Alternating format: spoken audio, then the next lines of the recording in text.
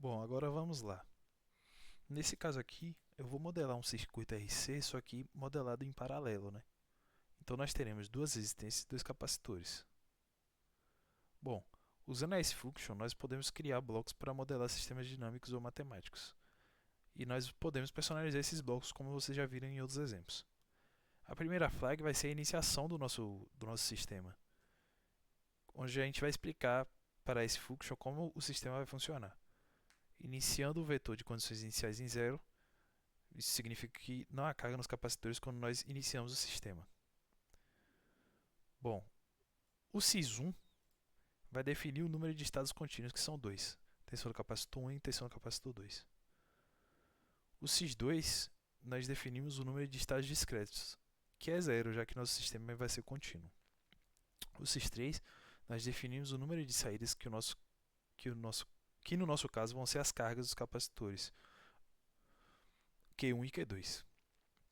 O SIS4, nós definimos o número de entradas, que é só 1, por conta de termos uma fonte. O SIS5, nós definimos a alimentação direta. Como a gente não tem, a gente pode definir como zero mesmo. O SIS6 vai ser o tempo de amostragem, que nós igualamos a zero porque é um sistema contínuo. Então não faz sentido, de acordo com o que a gente vai definir, colocar nenhum valor. Bom, olhando para a flag abaixo, a gente fará a resolução das equações diferenciais. Para isso, forneceremos os estados iniciais e as condições iniciais. O 1 é a nossa fonte, VC1 é o nosso primeiro estado e VC2 é o nosso segundo estado.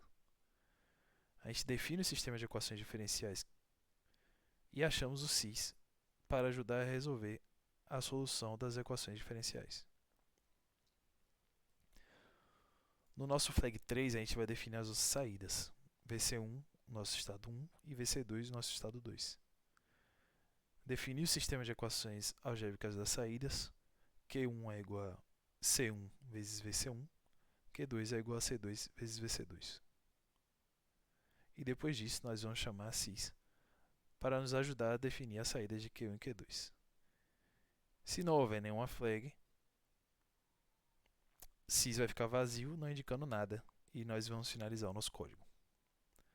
Agora, partindo para a nossa modelagem de blocos, eu vou ter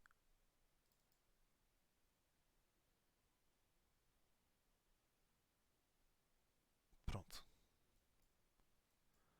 aqui. Nosso primeiro bloco é uma constante, que é a nossa fonte de energia aqui já definida. Nosso segundo bloco vai ser uma S-function. A gente tem que ter muito cuidado sempre para colocar o nome do bloco e não errar, porque ele tem que ser o mesmo nome da função do nosso código. Tem que ser o mesmo nome dessa S-function. Se não for, vai dar erro.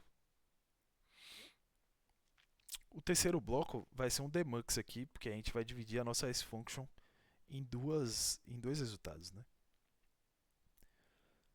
Depois disso, a gente vai em syncs e coloca dois blocos scope e dois blocos display, que vai ser como a gente vai exibir o nosso resultado. O bloco scope vai ajudar a gente a demonstrar como o gráfico, o comportamento da nossa função. A gente vai poder visualizar a nosso resultado. Depois eu vou demonstrar aqui. A gente vai conseguir visualizar em gráfico, né? E o display vai mostrar um valor de saída, que vai ser o valor da carga. O próximo passo é definir os valores e os nomes da fonte. Aqui na nossa S-function, né? na nossa função, a gente definiu aqui os valores de resistência 1 e resistência 2 e os valores de capacitância 1 e capacitância 2.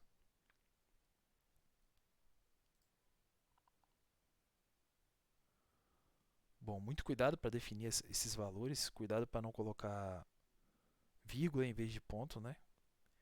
E após a gente definir todos esses valores, a gente vai dar um para rodar o nosso sisteminha, né?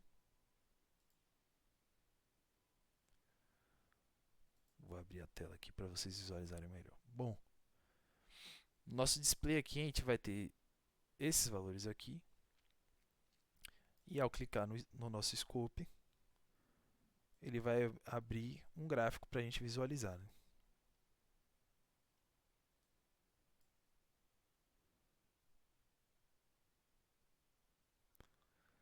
Bom, como vocês podem ver,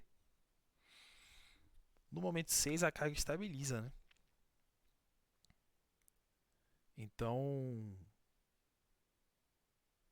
assim, no nosso código a gente visualiza que a carga é medida pela capacitância vezes a tensão no capacitor. Então, como as condições iniciais são nulas, a tensão do capacitor assume a mesma tensão da fonte.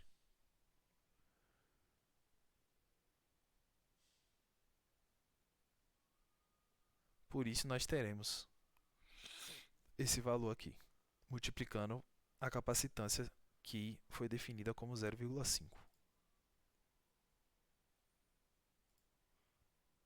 No caso, nós teremos o valor da tensão na fonte multiplicado pela capacitância,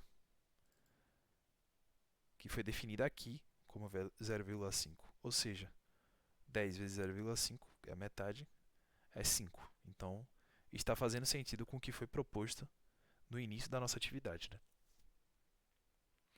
Bom, e é isso. Façam alguns testes, mudem o seu stop time, mudem os valores de fonte e vejam se está tudo funcionando corretamente.